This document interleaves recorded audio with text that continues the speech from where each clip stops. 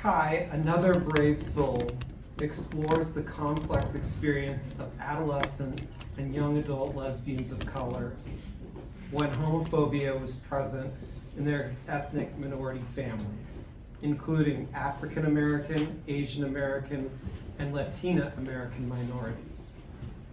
The study asks, how do psychotherapists address familial homophobia when working with YLOCs, or young adult lesbians of color, when their families hold familialism values and cultural traditions that reject them being queer?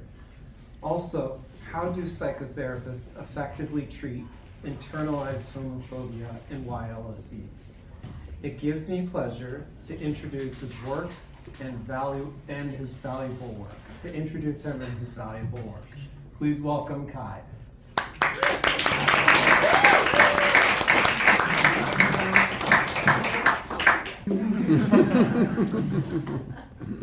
thought I did everything to make it work, but that's how it goes, right?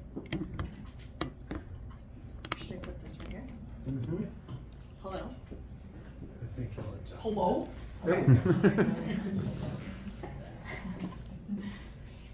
So I am presenting on, as Tom so gratefully introduced me, I'm talking about young lesbians of color. And I found through my research and coining a model called the Intersectional Queer Affirmative Therapeutic Model to help treat families and young lesbians that are in those families, specifically with families of color. Oh boy. There we go. Okay. The trickster archetype is well right now within my presentation. Very alive. Okay. So let's talk about my population. I'm talking about young lesbians of color, and when I say young, I mean between the ages of 14 and 29. And when I say lesbian, for the purposes of this research, there are so many definitions of lesbian, but what I'm going to use today is a cisgender woman, so someone who identifies with the gender that they were assigned at birth, who loves and partners with other women. And when I say of color, as Tom said, I'm talking about Asian American, Latin American, and African American, because those were the top three that was most researched. And so unfortunately, we do need more research on this population to get a more comprehensive view of all the kinds of people of color, because there weren't a lot included. So why am I talking about this? I like to go to the why because I think it's important to understand the context and intention of why we talk about things. And the first thing is that, well, like as I said, this population is very under-researched, and dealing with familial homophobia in the context of a family of color is also very under-researched. And there's no modalities, no one modality suggested for this population. And so there's a lot of therapists that are just kind of going in blind, and I noticed this within my personal experience dealing with therapists who just couldn't really understand not only my experience, but also experiences of my exes who were predominantly lesbians of color. And being on the receiving end of an understanding that how their families operated, it really pointed to me that this is an issue, and therapy, the psychotherapy world is not super aware of it. Okay, can you scroll it down just a little bit? Thank you.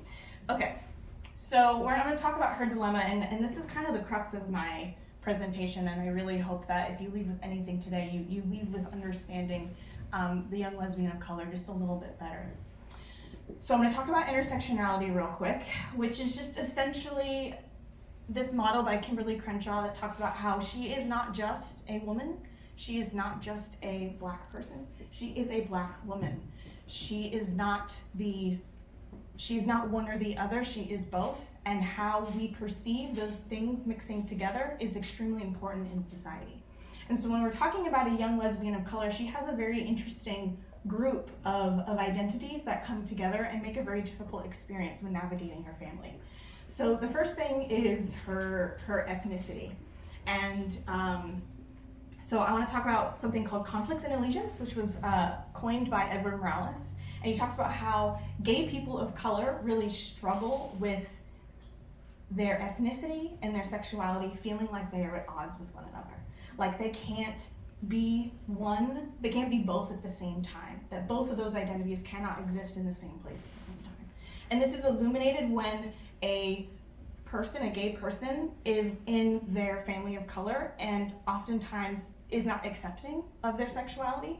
And so they have to dissociate or split off a part of themselves and put it somewhere else and say, I can't have this here. And then within the LGBTQ community, it's often not as inclusive of people of color. So where does the gay person of color belong? Where do they go? And when we're talking about a young lesbian of color, so if we're talking about a teenager, if she is in high school and she's dealing with these things, where does she go? She doesn't have a network yet. She's dealing with people at school, and she has her family, and her family's her primary support, most likely. And so she's really struggling internally with these things. And that's why, and so her age and her ethnicity, you can see, are intersecting there, and same with her sexuality. And then when you add her gender, there are gender expectations as well placed on her. And so she has to deal with navigating those things, having to maintain femininity or look feminine, having to maintain amicable relationships, taking care of maybe siblings or nephews and nieces, and having that be an obligation to the family. And so I'm going to describe a term called familism, which I think is really important into understanding the culture of families of color. When I was like, what is this thing that makes it so difficult when navigating this situation? Like I was like, what is this thing? And I'm so glad I found this term. It's called familism. And it's essentially, it was coined by Seth J. Schwartz, and he described it as, I don't know if he coined it actually, scratch that, but he described it. He said, it's a cultural value regarding familial closeness, support, and obligations that can be observed across cultural minority groups.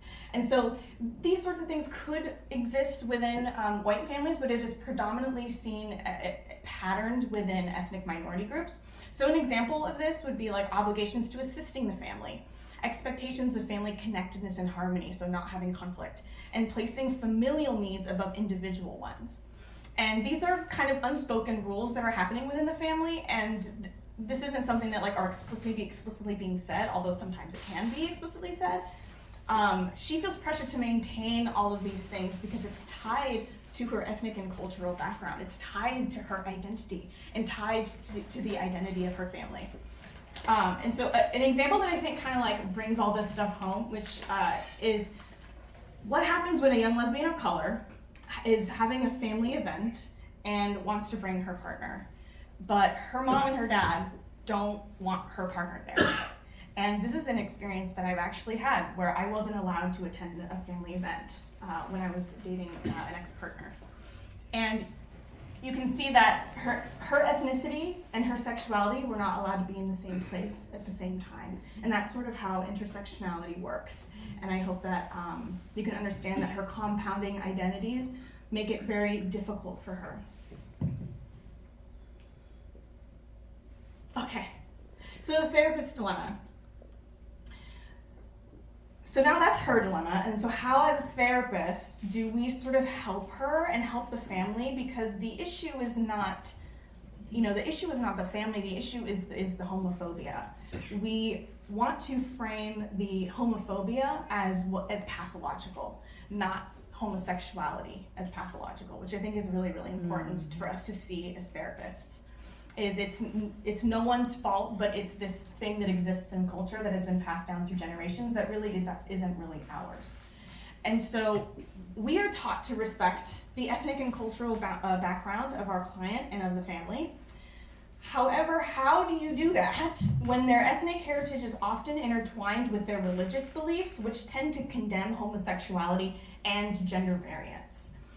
So this puts therapists in a difficult position because on the one hand, they want to respect this cultural tradition and views, but on the other hand, need to combat the homophobia that this lesbian is experiencing because it's psychologically harming her.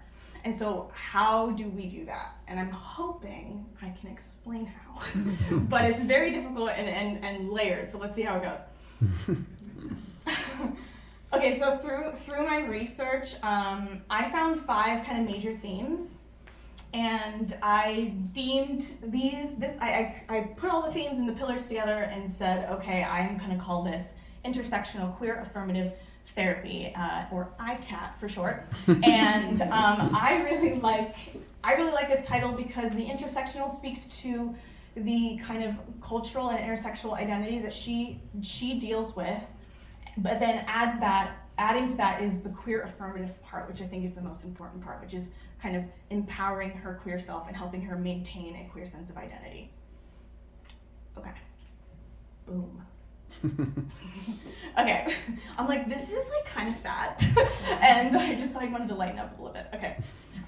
So trauma informed. This part I want to talk about is what I found in the research is that growing up gay is inherently traumatic in the culture. And what's traumatic about it is when you have to grow up gay, you have to dissociate that part of yourself and place it in a box somewhere else because you are getting messages all the time from society that is not allowed to be in society. And so you have to, when you start to realize that, oh, that's I think this is who I am, you're having to put pieces of yourself back together that were all over the place in your development isn't as healthy. And so it's really important to understand that and to mirror her queerness in the therapeutic room. And what I mean by mirroring is by just it is way super okay to be gay. Like it is more than okay to be who you are. And bringing it up and just basically really, really acknowledging and advocating for her queerness is something that is beautiful. Another thing to note is that this is an at-risk population. So queer youth are more prone to abuse, trauma, suicidal ideation, substance abuse, and running away from home. A lot of teen queer youth run away from home and are often homeless. And so that's something just to keep in mind with this population. Okay, so person-centered with intersectionality emphasis. The most important thing I think for this point is just maintaining non-directive and non-judgmental when she wants to decide to do specific things to navigate her family, because it's a very difficult thing. A lot of therapists, and I've had a therapist like this, who advocated for cutoffs from family, and I don't think that's very helpful because it's not really tackling the main issue. It's just running away from it. And so I think it's really important to allow her to decide what she thinks is best for her. So for example, let's say she wants to bring her partner to a family event, but she only wants to bring her as a friend and have her partner basically quell a part of themselves and herself. Not judging that at all, but seeing that as a survival technique to deal with the very difficult situation she is placed within her family. And then also the intersectionality emphasis part is to empower her with the knowledge of her unique intersectional experience and help her understand that this experience is a product of a larger systemic and cultural issue. It is not about her at all. It is, and she's going to be internalizing all of this as she is bad. Something's wrong with her. Instead of actually the larger culture is telling you that there's something wrong with you when that's not true. And so helping her understand how all of those four identities mix together to create a difficult situation, she can go, oh, okay, I see what's going on, and then you can help her as her therapist to make conscious choices when she's put up against situations that are difficult. Okay.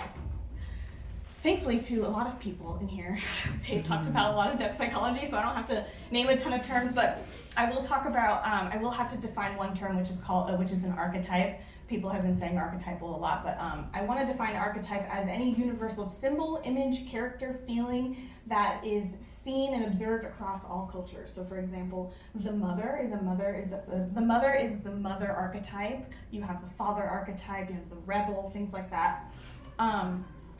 And so there is an archetype called the double archetype. And essentially it is the same gendered inner soul guide within all of us. And within a queer person, it's very, very present. And this inner soul guide helps you to self-actualize. It helps you to grow, but then eventually has to leave you so that you can finish your adventure. And I think one way that we can use this archetype is to help the lesbian kind of rewrite her narrative as being lesbian is shameful and it's her fault, but it's rather a gift that helps her self-actualize and grow into herself. It's not something wrong, it's just something that actually helps you and is a gift not only to you, but it's a gift to your family, because your family can have a more complex understanding of gender and sexuality and can grow as well.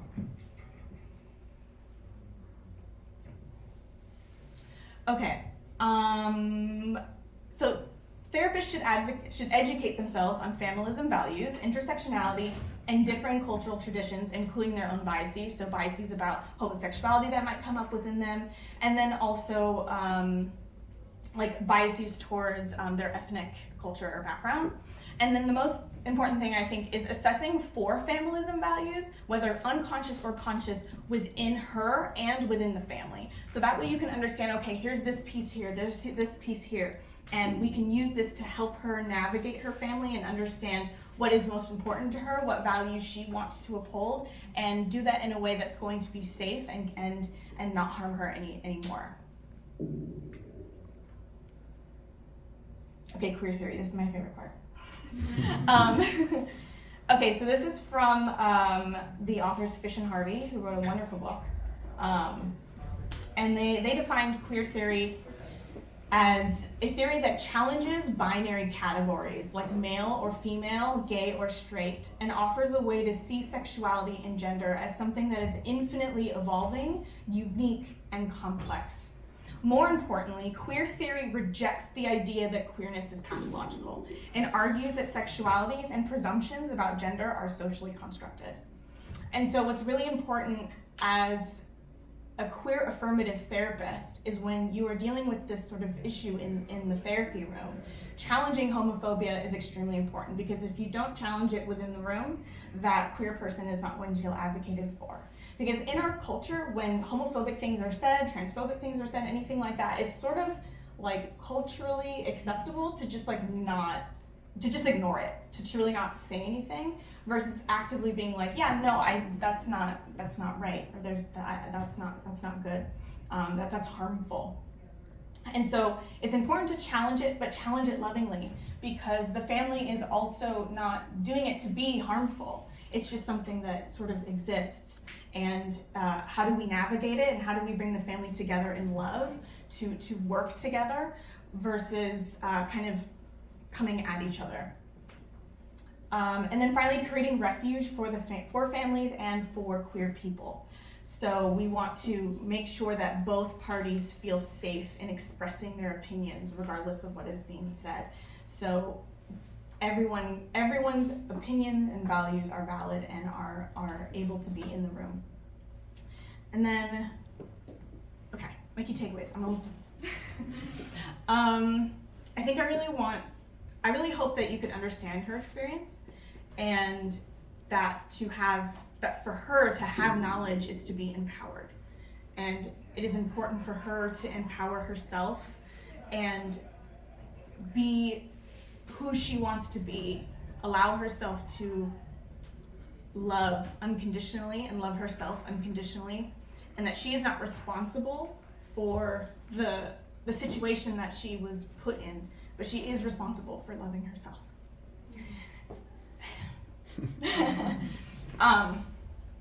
And I will just end with a quote from Fish and Harvey.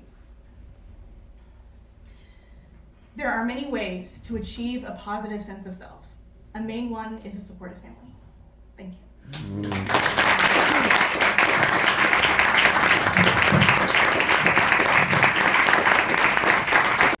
Hello there, this is Kai from the future.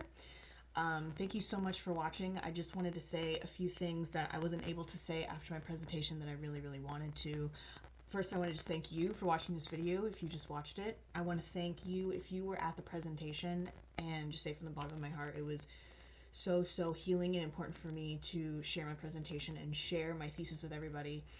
If you want to read my thesis in full, or just want to read a few sections of it, it is down in the description. You can take a look. It is open access. Anybody can access it, download the PDF, read it, or just read it online on proquest.com. The most important thing that I really wanted to say that I wish I would have remembered to say, but I was so nervous, was I wanted to thank the lesbian community for giving me a place to be queer for the first time in my life. This is my homage to the lesbian community, who have been so fantastic and one of the most beautiful communities to be a part of. And although I am no longer identifying with the community of lesbian, I just will have the utmost respect and love for the lesbian community, and especially the lesbians of color that have been in my life and who have been here for me. And I hope that you enjoyed this video, and I hope that if you are a lesbian of color, that you related to this material and that it gave you a little bit more information and knowledge about yourself that you can use to help continue healing yourself and growing within yourself. You are beautiful and queer and amazing, and thank you so much.